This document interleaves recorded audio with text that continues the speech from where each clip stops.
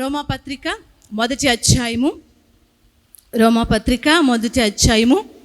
1 నుంచి 4 వచనాలను చదువుకుందామండి. యేసుక్రీస్తు దాసుడను అపోస్తలుడుగా నుండుటకు పిలువబడిన వాడను, దేవుని సువార్త నిమిత్తము ప్రత్యేకింపబడిన వాడునైనను, పౌలు రోమాలో ఉన్న దేవుని ప్రియులకందరికీ అనగా పరిశుద్ధులుగా ఉండుటకు పిలువబడిన వారందరికీ శుభమని చెప్పి వ్రాయినదమని, తండ్రి అయిన దేవుని నుండి ప్రభువు అయిన యేసుక్రీస్తు నుండి కృపా సమాధానములు మీకు కలుగునుగాక.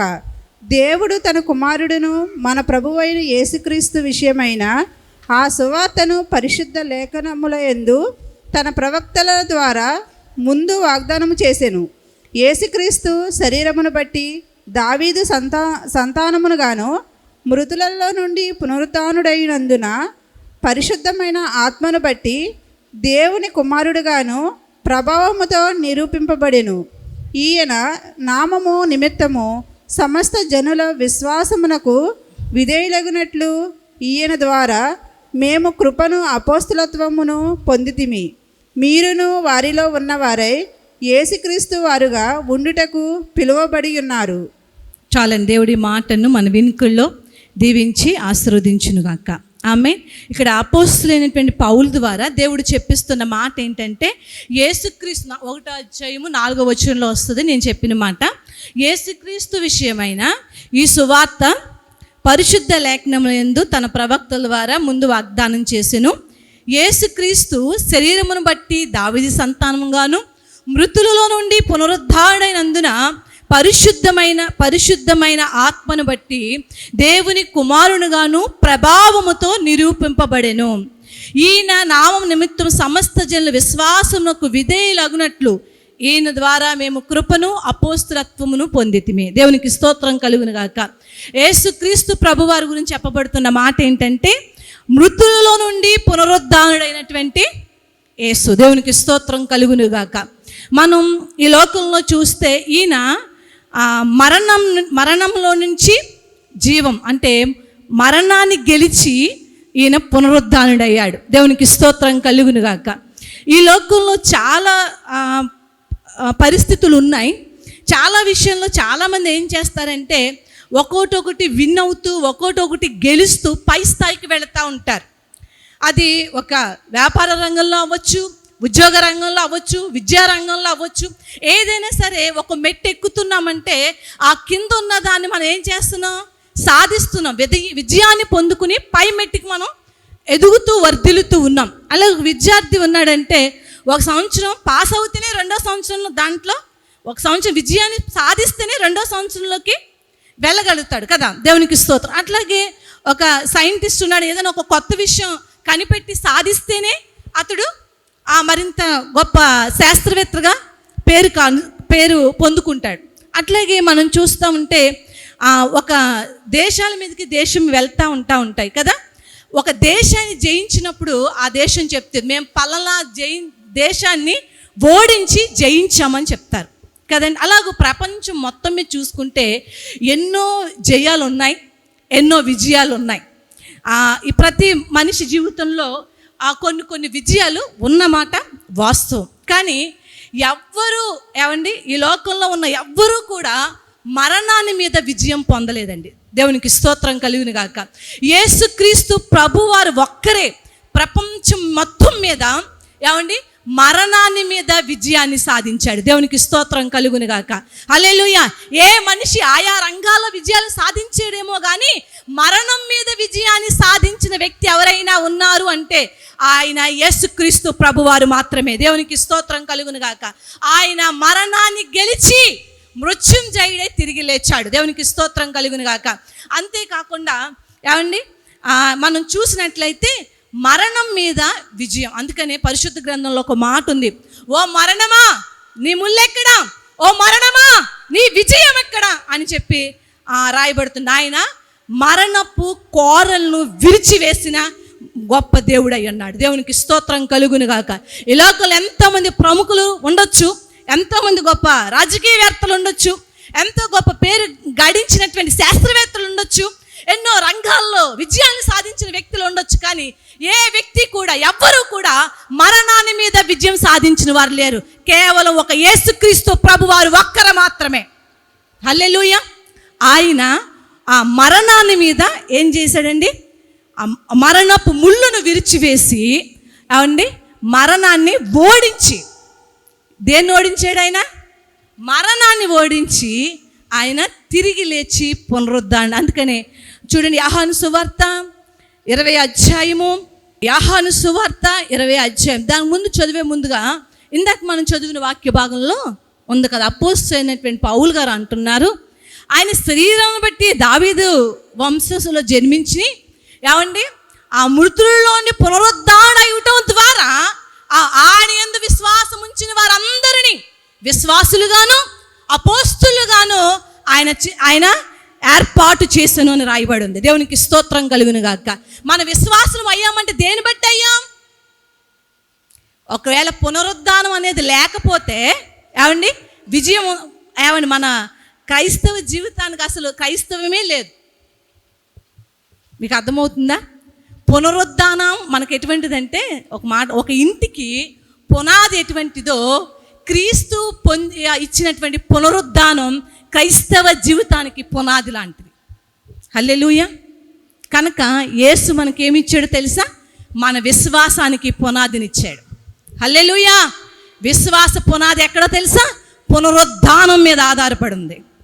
చాలామంది లోకంలోకి వచ్చారు, చాలా గొప్ప వ్యక్తులుగా జీవించిన వాళ్ళు ఉన్నారు. వాళ్ళు అన్నారు కదా, మేము మరణించి లేస్తామని. కానీ మరణించారు, కానీ మళ్ళా లేచిన వాళ్ళు ఎవరు లేరు. కేవలం ఈయన చెప్పాడు, నేను మరణిస్తాను, తిరిగి 3వ దినాన్న మృత్యుంజయుడే లేస్తా అని ప్రవచనాలు ముందుగానే చెప్పబడ్డాయి. ఆయన ఆ యెరూషలేం సందర్శిస్తూ 33.5 సంవత్సరాలు అనేకులను సందర్శిస్తూ పదే ఆయన చెప్తూ వచ్చాడు. తన శిష్యులను కూర్చోబెట్టి చెప్పాడు, ఆయా విశ్వాసుల మధ్య చెప్పాడు, అనేక అద్భుతాలు చేస్తూ చెప్పాడు, అనేక రీతిలుగా ఆయన చెప్పుకుంటా వచ్చాడు. ఏమనంటే, నేను ఆ మరణించి 3వ దినాన్ని నేను లేస్తాను అని చెప్పాడు. దేవునికి స్తోత్రం కలుగును గాక. చాలామంది అర్థం చేసుకోలే, యెరూషలేం మందిరాన్ని 3 రోజుల్లో కూల్చి మళ్ళీ కడతానంటున్నారేమో అనుకున్నారు కదా. కానీ దేవుడు చెప్పింది ఏంటి? ఆయన పునరుద్ధానుడై, ఆ మృత్యుంజయుడై లేవబోతున్నాను, నేను లేస్తాను అని చెప్పాడు. దేవునికి స్తోత్రం. ప్రవక్తలు ప్రవచించినట్లుగా, లేఖనాల్లో రాయబడినట్లుగా, యేసు బోధించినట్లుగా, యేసు చెప్పినట్లుగా ఆయన 3వ దినాన్న మృత్యుంజయుడై తిరిగి లేచి ఉన్నాడు. దేవునికి స్తోత్రం కలుగును గాక. అందుకనే చాలామంది లోకంలో ఆ మాటకు వస్తే పరిశుద్ధ గ్రంథంలో కూడా ఆవిడ చనిపోయి బ్రతికిన వాళ్ళు ఉన్నారా లేరా? ఉన్నారా? చనిపోయి బ్రతికిన వాళ్ళు ఉన్నారా లేరా? ఉన్నారు కదా. యేసయ్య బతికించాడు కదా ఎవరిని? మనందరికి బాగా తెలుసు. ఎవరో? లాజరు గారు కదా. ఆయన చనిపోయి 3 దినాలైనా సమాధి దగ్గరికి వెళ్ళి లాజరు బయటికి రమ్మంటే లేచి వచ్చాడు. దేవునికి స్తోత్రం కలుగును గాక. పేతురు గారు తబితా దగ్గరికి వెళ్ళి, తబితా లెమ్మనగానే ఆమె చనిపోయిన ఆమె లేచింది. అట్లాగే ఆ నయీను విధవరాలి యొక్క కుమారుడు, ఏమండి, యాయీరు కుమారుడు విధవరాలి కుమారుడు, ఏమండి, పాడి మీద మోసుకెళ్తూ ఉంటే యేసయ్య ఎదురు వెళ్ళి బతికించినట్లు మనం చూస్తాం. ఇట్లా ఏలియా దేహాన్ని పూడుస్తున్నప్పుడు అక్కడ సైనికుడి దేహం ఉండడం వల్ల, దాన్ని తగడడం వల్ల ఆ సైనికుడు జీవాన్ని మళ్ళా ప్రాణం పొందుకున్నాడని పరిశుద్ధ గ్రంథంలో, పాత నిబంధనలో. ఇట్లా ఎంతోమంది ఏమండి మరణించి బ్రతికిన వాళ్ళు ఉన్నారా లేదా? ఉన్నారు. కానీ మళ్ళా వాళ్ళకి ఏముంది? మరలా మరణించారా? ఎప్పుడు అలాగే ఉన్నారా? మరలా మరణం ఉందేరా? మరలా దేవుడు కృపను బట్టి దేవుడు వాళ్ళని లేపి తన సాక్ష్యాన్ని దేవుడు ఏదైనా చేయగలడు అని ఆయన కనుపరుచుకోవడానికి దేవుడు ఎంత శక్తిమంతుడో ప్రజలు ఎరగాలని ఆయా రీతిల్లో, ఆయా సమయాల్లో కొంతమందిని దేవుడు చనిపోయిన వారిని లేపిన మాట వాస్తవమే. కానీ వాళ్ళెవరూ నిత్యము జీవించలేరు. ఉన్నారా? నిత్యము జీవించి లేరు.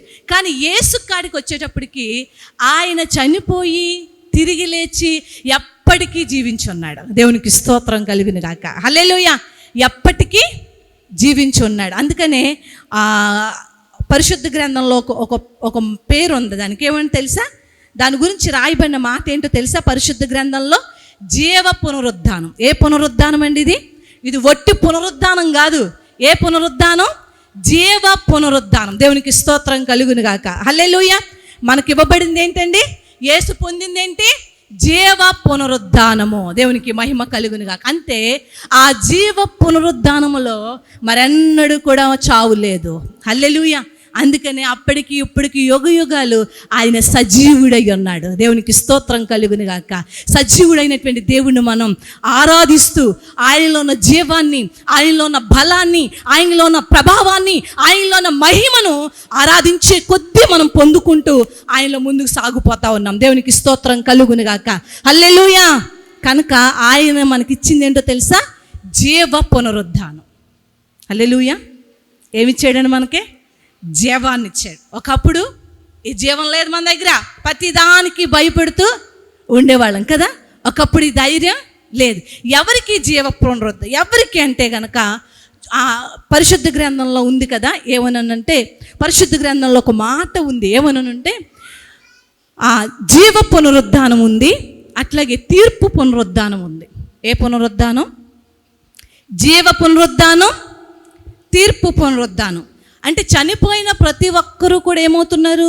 పునరుద్ధానం చెందుతున్నారు. అందరూ కూడా బ్రతికింపబడతారా లేదా? యేసు రాకల్లో అందరూ లేపబడుతున్నారా? అందరూ లేపబడతారు. అయితే కొంతమంది యేసునందు ఎవరైతే ఇక్కడ ప్రాణం ఉండగా ఆ యేసునందు, యేసు నా రక్షకుడు, యేసు నా కొరకు ఈ లోకానికి వచ్చాడు, నా కొరకు ప్రాణం పెట్టాడు, నా కొరకు శిలువ యాగం అయ్యాడు, నా కొరకు ఆయన పునరుద్ధానుడే లేచాడు అని ఎవరు విశ్వాసం ఉంచుతారో వాళ్ళందరూ ఆయన రెండవ రాకల్లో జీవ పునరుద్ధానాన్ని పొందుకుంటారు. దేవునికి స్తోత్రం కలుగును గాక. నమ్మకుండా ఉన్నారే, ఎంత సువార్త ప్రకటించినా ఏమండి, ఎన్ని విధాలుగా దేవుడి కార్యాలు కళ్ళ కట్టినట్లు చెప్పుతూ ప్రకటిస్తూ ఆయా రూపాల్లో మనం చెప్పిన వినకుండా, ఏమండి, యేసునందు విశ్వాసం ఉంచకుండా మృతి పొందిన వాళ్ళు ఉంటారు కదా. ఏమండి, వాళ్ళు కూడా ఆ రోజు ఏమవుతారు? పునరుద్ధానం వాళ్ళు ఎందుకు ఏ పునరుద్ధానం పొందుతారు? తీర్పు పునరుద్ధానం పొందుతారు. వాళ్ళకి ఏముంది? తీర్పు ఉంది. వారు చేసిన మనం ప్రతి దానికి దేవుడు అంటాడు, ఎవరు చేసిన క్రియల ఫలితం వాళ్ళకి దేవుడు అనుగ్రహించే రోజు ఒకటి ఉంది. హల్లెలూయా. ఏముంది ఆ రోజు? తీర్పు ఉంది. ఆ తీర్పులో నిలబడినప్పుడు ఏమండి, వాళ్ళు నిత్య నరకానికి, నిత్య నరకాగ్ని గుండానికి ఆ తీర్పు ద్వారా వెళతారు.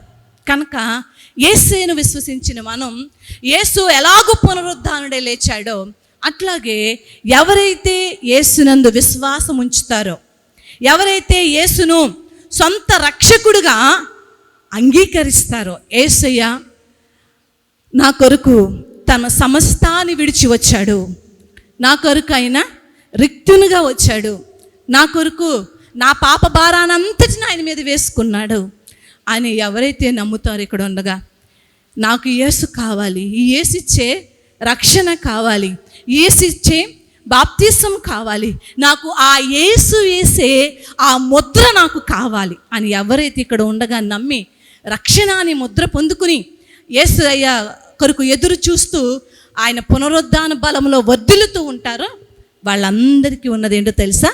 జీవ పునరుద్ధానం. అంటే వాళ్ళ మీద ఇంకా రెండో మరణం అనేది ఉండదు. ఇంకా దేవునికి స్తోత్రం కలుగును గాక. ఇక్కడ ఎవరైతే యేసునందు విశ్వాసం ఉంచకుండా ఉంటారో వాళ్ళకి ఏముంది? రెండో మరణం ఉంది. ఏముంది?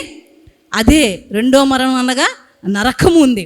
కానీ ఎవరైతే యేసునందు విశ్వాసం ఉంచుతారో వాళ్ళ మీద ఏ మరణం లేదు, రెండో మరణం వాళ్ళ మీద లేదు. దేవునికి మహిమ కలుగును గాక. హల్లెలూయా. కనుక పునరుద్ధానుడైనటువంటి యేసునందు మనం ఏం కలిగి ఉండాలి? ఆ పునరుద్ధానం మనకి గొప్ప నిరీక్షణ ఇచ్చింది. ఏమిచ్చింది? క్రైస్తవానికి ఆధారమైనటువంటి విశ్వాసాన్ని, నిరీక్షణ ఇచ్చింది. ఏదైనా ఉందంటే అది యేసుక్రీస్తు యొక్క పునరుద్ధానమే. దేవునికి స్తోత్రం కలుగును గాక. హల్లెలూయా. ఫిలిప్పీ పత్రిక 3వ అధ్యాయం 10వ వచనం 11వ వచనం.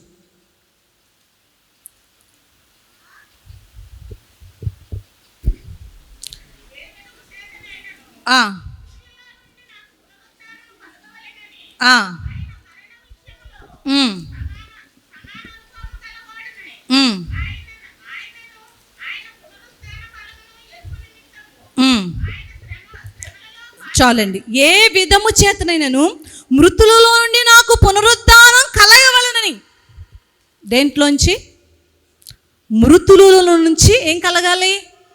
పునరుద్ధానం కలగాలని ఎవరైతే కోరుకుంటామో వాళ్ళకి ఇందాక నేను చెప్పింది ఏం తెలుసా? ప్రభువుని స్వరక్షకుడిగా అంగీకరించినట్లయితే వాళ్ళకి ఏం కలుగుతుందంటే పునరుద్ధానము, మృతుల నుండి పునరుద్ధానం కలుగుతుంది. దేవునికి స్తోత్రం కలుగును గాక. అయితే ఆయన మరణ విషయములో సమానుభవం గలవాడవై ఆయనను ఆయన పునరుద్ధాన బలమును ఎరుగు నిమిత్తము. హల్లెలూయా. పునరుద్ధానం ఒకటి సరిపోదు, తర్వాత ఏమవ్వాలి? చాలామంది అనుకుంటున్నారు నేను రక్షణ పొందేసుకున్నాను, బాప్తీసాన్ని పొందేసుకున్నాను, అంతా అయిపోయింది అనుకుంటున్నారు. ఏమండి? నేను రక్షణ పొందేసుకున్నాను, బాప్తీసాన్ని పొందేసుకున్నాను కనుక నేను మొత్తం యేసు చెప్పిందంతా చేసేసాను అని చెప్పి అయిపోయింది అన్నట్లుగా జీవితాల్ని జీవిస్తున్న వాళ్ళు ఉన్నారు. కానీ ఏమండి, రక్షణ పొందిన వారు, బాప్తీసం పొందిన వారికి ఏముందంటే పునరుద్ధానం ఉన్నమాట వాస్తవం. మీకు ఇంకొక మాటలో చెప్పాలంటే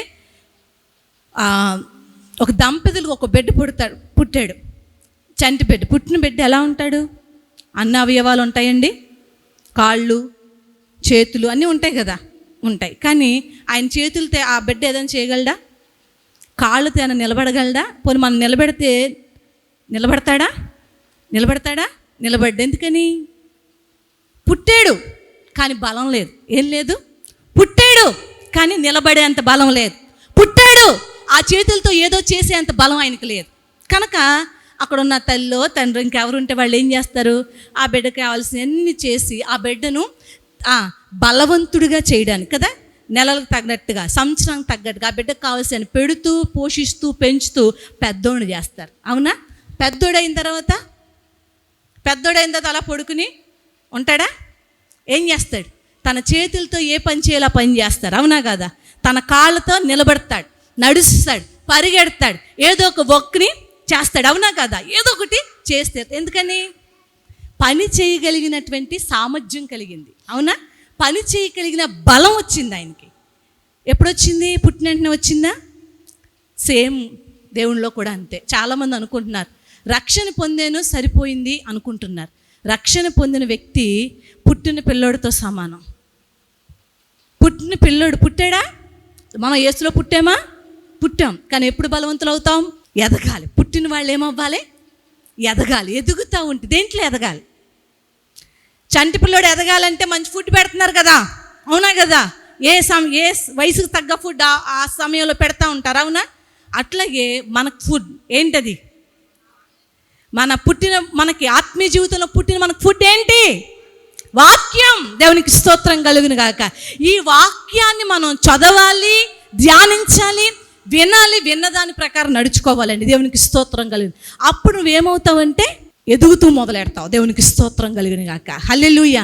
అప్పుడు నీ చేతులు బలాన్ని పుంజుకుంటాయి, నీ కాళ్ళు బలాన్ని పుంజుకుంటాయి, నీ వెన్నెముక బలాన్ని పుంజుకుంటుంది. నీ శరీరంలో ఉన్నటువంటి ఆ బాలుడు ఎట్లాగూ నెలకు సంవత్సరానికి బలంగా ఎలాగో తీర్చబడుతున్నాడో అట్లాగే మనం కూడా ఆ వాక్యమందును, ప్రార్థన యందును, ఏమండి రొట్టె విడిచిట యందును, సంఘ సహవాసం అందును, ఆ నియామక కూటముల యందును, ఏమండి ఉపవాసములందును, వీటి యందు మనం ఎడతెగక ఉన్నప్పుడు ఆ చంటి బిడ్డ నెల ఎలా బలాన్ని పొందుకుని వృద్ధి అవుతున్నాడో అలాగే విశ్వాస జీవితంలో బాలులమైన మనం, చంటి బిడ్డలమైన మనం దినదినము బలాన్ని పొందుకుని బలవంతులుగా తీర్చిదిద్దబడతామండి. దేవునికి స్తోత్రం కలుగును గాక. అందుకని రోమాపత్రిక అపోస్తలుడైన పౌలు అంటున్నాడు, మీరు పునరుద్ధానం కలగవలననే కాదండి, మీరు ఏం పొందుకోవాలి తెలుసా? పునరుద్ధాన బలములో ఎదగాలి మీరు. దేవునికి స్తోత్రం కలుగును గాక. ఎదుగుతున్నారా పునరుద్ధాన బలంలో? యేసు మృతి పొంది తిరిగి లేచి పునరుద్ధానుడై ఆయన ఆరాధించినప్పుడల్లా మన చెంతకు వచ్చి ఆయన పునరుద్ధాన బలాన్ని ఇస్తున్నాడు. ఆరాధించినప్పుడల్లా మన చెంతకు వచ్చి పరిశుద్ధాత్మ బలాన్ని ఇస్తున్నాడు. చూడండి 20 అధ్యాయం ఇందాక తీమన్నాను కదా, యోహాను సువార్త 20 అధ్యాయం చూడండి. యోహాను సువార్త 20 అధ్యాయము 22వ వచనం చదవండి అమ్మా. ఆయన ఈ మాట చెప్పి వారి మీద ఊది పరిశుద్ధాత్మను పొందుడి, మీరు ఎవరి పాపములు క్షమింతురో అని వారి క్షమింపబడును. చాలండి. ఇక్కడ వీళ్ళు ఏ సందర్భం అంటే ఇక్కడే చదివిన సందర్భం చెప్తాను, తర్వాత మీరు ఇంటికి వెళ్ళి చదువుకోండి. ఏ సందర్భంలో చెప్పబడుతుందంటే, యేసు మరణం పొందిన తర్వాత శిష్యులైన వారు భయంతో, ఆందోళనతో ఏమండి ఒక గదిలోకి వెళ్ళి తలుపులు వేసుకుని వణుకుపోతున్నారు. ఏమని? యేసుని సిలివేసేశారు. యేసు వెనకాల మనం తిరిగేమో గనక మనం ఎక్కడున్నామో కనిపెట్టి మనల్ని కూడా చంపేస్తారు. యేసు మనతో లేడు, అయ్యో యేసు మాతో లేడు, అయ్యో అంటూ భయపడుతూ, ఆందోళన చెందుతూ, కలవరం పడుతూ వాళ్ళు రూమ్లోకి వెళ్ళి తలుపులు వేసుకుని వణుకుపోతున్నారు. అప్పుడు యేసు ఏమండి పునరుద్ధానుడై తిరిగి లేచిన యేసు ఆ గదిలోకి వెళ్ళి వాళ్ళు ఎక్కడ భయపడుతున్నారో తలుపులు వేసుకుని ఆ గదిలోకి వెళ్ళి వాళ్ళతో చెప్తాడు. ఏమని తెలుసా? వాళ్ళ మీద ఓదగా వాళ్ళు పరిశుద్ధాత్మ శక్తిని పొందుకున్నారు. దేవునికి స్తోత్రం కలుగును గాక. హల్లెలూయా. అంటే పునరుద్ధానుడైన యేసు మనకి ఏమిస్తున్నాడు చెప్పాలి మీరు. ఏమిస్తున్నాడు? చదివాం కదా. ఏమిస్తున్నాడు? పరిశుద్ధాత్మ శక్తిని అనుగ్రహిస్తున్నాడు. దేవునికి స్తోత్రం కలుగును గాక. ఆ పరిశుద్ధాత్మ శక్తి మనల్ని ఏం చేస్తుందో తెలుసండి? ఏం చేస్తుంది? దినదినము రోజులు గడుస్తున్న కొద్దీ, నెలలు గడుస్తున్న కొద్దీ, సంవత్సరాలు గడుస్తున్న కొద్దీ బలవంతులుగా తీర్చిదిద్దుతుందండి. దేవునికి మహిమ కలుగును గాక. హల్లెలూయా. కనుక పునరుద్ధానం మనకేమిస్తుంది? ఆత్మబలాన్ని ఇస్తుంది. హల్లెలూయా. యేసు పునరుద్ధాన నిరీక్షణ ఇచ్చింది. యేసు పునరుద్ధానం ఏమిస్తుంది? పరిశుద్ధాత్మ బలమునిస్తుంది. ఈ పరిశుద్ధాత్మ బలం మనల్ని ఏం చేస్తుందండి? మన బాధలలో, మన వేదనలో, మన అనారోగ్యాల్లో, మన ఆత్మీయ బలహీనతలలో, అన్ని పరిస్థితుల్లోనండి వాటిని జయించి నిలబడే సామర్థ్యాన్ని పరిశుద్ధాత్మ దేవుడు అనుగ్రహిస్తాడు. హల్లెలూయా. చాలామంది ఏం చేస్తున్నారంటే రక్షణ పొందుకుని మేము యేసునందు ఉన్నాం, మేము బాప్తిసం పొందాం, యేసు బిడ్డలు అయిపోయింది అనుకుని సరిపెట్టేసుకుంటూ ఎప్పుడో నెలకో లేక సంవత్సరానికో వచ్చి ప్రభు బల తీసుకుని సరిపెట్టేసుకుంటున్న వాళ్ళు ఉన్నారు. కానీ మీరు జాగ్రత్తగా వినండి. అలాగూ గనక మనం చేస్తే గనక ఎంత కాలం ఉన్న చంటి బిడ్డ పెరుగుతున్నాడు కానీ చేతులతో ఏం చేసుకోలేనోడుగా, కాళ్ళు పనిచేయనోడుగా మంచం మీద పడుంటే తండ్రి తల్లి మనసు ఎలా ఉంటుందో చెప్పండి మీరు. ఏమండి? వాళ్ళకి పరిచర్య చేస్తూ ఎంత ఏడుస్తారండి వాళ్ళు? ఏడుస్తారా నవ్వుతారా? ఏమండి?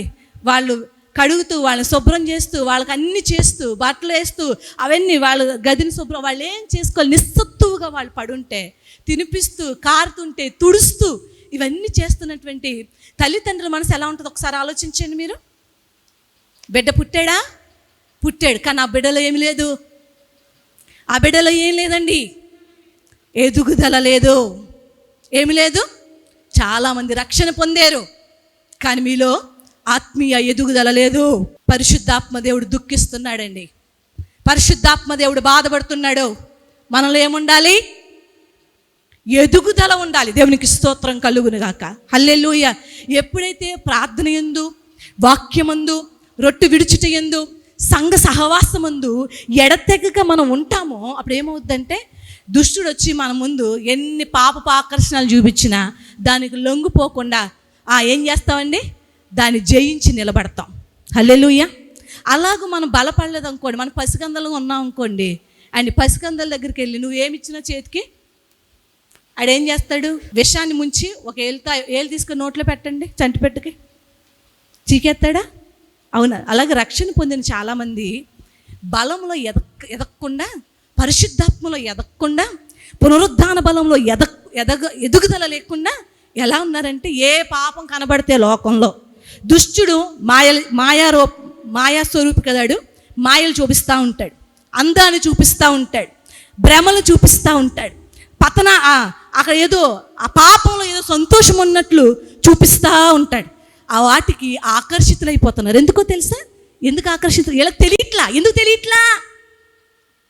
తెలిసినా దాన్ని అధిగమించలేకపోతారు. ఎందుకు అధిగమించలేకపోతున్నారు? ఎందుకు పాపానికి దాసులైపోతున్నారు? ఎందుకు దేవుడు వద్దన్న వాటిని వీళ్ళు జీవితంలోకి అనుమతిస్తున్నారు?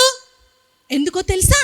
వీళ్ళ దగ్గర ఆ పునరుద్ధాన బలములో ఎదగట్లేదు. వీళ్ళు దేంట్లో ఎదగట్లేదు. అందుకని వారం ప్రార్థన మానకుండా రండమ్మా అంటే మందిరం నింపబడద్దనా? కాదండి, మీరు పాపానికి దాసులు అవ్వకుండా ఉంటారని. హల్లెలూయా. పాపాన్ని జయించే శక్తి యేసు ఆరాధనలో ఉంది. పాపాన్ని జయించే శక్తి ఆయన ప్రార్థనలో ఉంది. దేవునికి స్తోత్రం కలుగును గాక. అలాగూ జయించాలంటే ఆ వ్యక్తి ఎక్కడుండాలి? ఎక్కడుండాలండి? మందిరములో ఉండాలి. ఎక్కడుండాలి? దేవుని పాదాల దగ్గర ఉండాలి. ఎక్కడుండాలి? ప్రార్థనలో గడపాలి. రక్షణ పొందిన మీరందరూ ప్రార్థనలు ఎంతసేపు గడుపుతున్నారు ఆలోచన చేసుకోండి. వాక్యం ఎంతసేపు ధ్యానిస్తున్నారు? వాక్యాన్ని జ్ఞాపకం చేసుకోండి. దేవుని వాక్యానికి లోబడి బ్రతుకుతున్నారా లేదా జ్ఞాపకం చేసుకోండి. ఒకవేళ ఆ పరిస్థితుల్లో కనుక మీరు లేకపోతే ఇప్పుడైనా పరిశుద్ధాత్మ దేవుడు చెప్తున్నాడు ఏమన్నా తెలుసా? మిమ్మల్ని నేను బలపరచడానికి వచ్చాను ఇక్కడికి. మిమ్మల్ని బలపరుస్తాను, నేను మీకు బలమైన ఆహారాన్ని పెడతాను, మిమ్మల్ని నేను బలవంతుల్ని చేస్తాను, నా మాట విని లోబడండి అని చెప్తున్నాడు. దేవునికి స్తోత్రం కలుగును గాక. నా మాట విని లోబడండి. దేవునికి మహిమ కలుగును గాక. హల్లెలూయా. పరిశుద్ధాత్మలో మనం ఏమవ్వాలి? దినదినము బలాన్ని పొందుకుంటూ ఏమండి, ఫస్ట్ ఇయర్లో పెట్టిన రైస్ క్వాంటిటీ ఏమండి 10 సంవత్సరాలు పెట్టిన పిల్లడికి అంతే క్వాంటిటీ పెడితే సరిపోద్దండి? మందిరానికి వచ్చిన కొత్తలో, అయ్యా నాయన ఈరోజు ఉద్యోగానికి వెళ్తున్నాను, సహాయం చేయి యేసు నామములో ఆమేన్. ఈరోజు లేకపోతే ఇంకోటి ఏదో చేస్తున్నాను, నాకు సహాయం ఆమె అన్నాం. అదే ప్రార్థన నీకు ఇన్ని సంవత్సరాలైనా నువ్వు ప్రార్థనలో ఎదగకుండా అదే ప్రార్థన. ఏ ప్రార్థన? ఫస్ట్ ఇయర్లో పెట్టిన భోజనం అంత ప్రార్థన. అదే ప్రార్థనలో నువ్వు ఉన్నావా?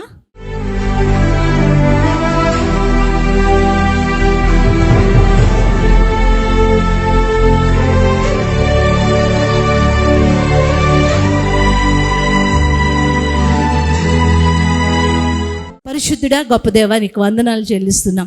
ఇదిగో నాయన, నువ్వు మాతో మాట్లాడిన ప్రతి మాట కొరకు నీకు వందనాలు నాయన. అవునయ్యా, ఇప్పటి వరకు రక్షణ పొందుకుంటే సరిపోద్ది అనుకున్నాం. కాదు నాయన, ఆ రక్షణలో మేము ఎదగాలి. వాక్యమందు, ప్రార్థన యందు, సంఘ పరిచర్యలోను, సంఘ సహవాసములోను, రొట్టు విడిచిటయందు ఆయన ప్రతి దాంట్లో మేము ఎదిగి వర్ధిల్లి నాయన. అయ్యా యేసయ్యా, మా ద్వారా అనేకుల్ని సన్నిధికి నడిపించాలి, మా ద్వారా అనేకుల్ని వైపు త్రిప్పాలి, నీ వైపు నడిపించాలి నాయన. మమ్మల్ని చూచిన వారు నాయన నీ గుణగణాలను చూడాలి. మాలో అట్టి కృపను, అట్టి భాగ్యాన్ని, అట్టి పునరుద్ధాన బలమును మాలో మెండుగా అనుగ్రహించమని మరొకసారి మృత్యుంజయుడైనటువంటి యేసు నామములో అడిగి వేడుకుని ప్రార్థిస్తున్నాం తండ్రి. ఆమేన్. అందరికీ వందనాలండి.